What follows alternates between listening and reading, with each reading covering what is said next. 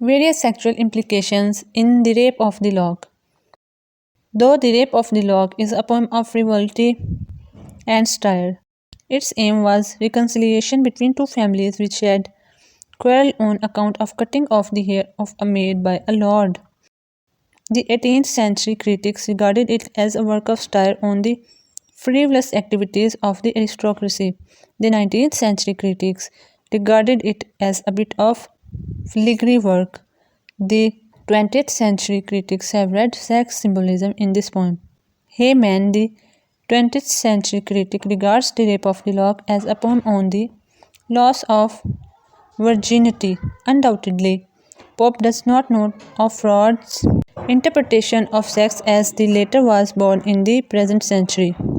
Heyman thinks that the word lock stands for the female organ and all keys are fit in it. The cutting of the lock may be regarded as a sexual act.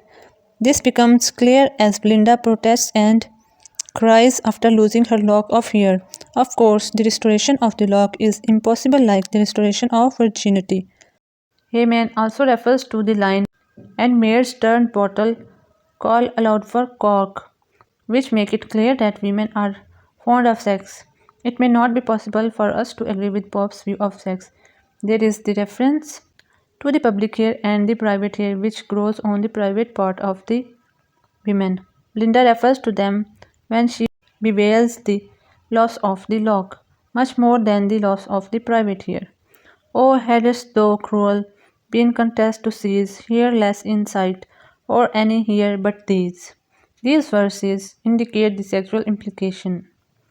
Wilson Knight regards the poem as a synthesis of the sexual and the religious, and this is the organic to its humor. He dwells on the Eros cult, just as the god of love worshipped in the ancient times. In the same way, goddess of beauty was worshipped in the 18th century. Brooks, however, believed that sexual symbolism runs throughout the poem. He refers to the line pointed out by the critics and particularly the game of Ombre as a symbol of the war of sexes. Every card and every move in the game suggests some sexual image. The following lines clearly indicate the sexual implication of the game. Clubs, diamonds, hearts in wild disorder seen, with thongs, Prometheus strew the level green. The knave of diamonds tries his wily arts and wins, O shameless chance, the queen of hearts.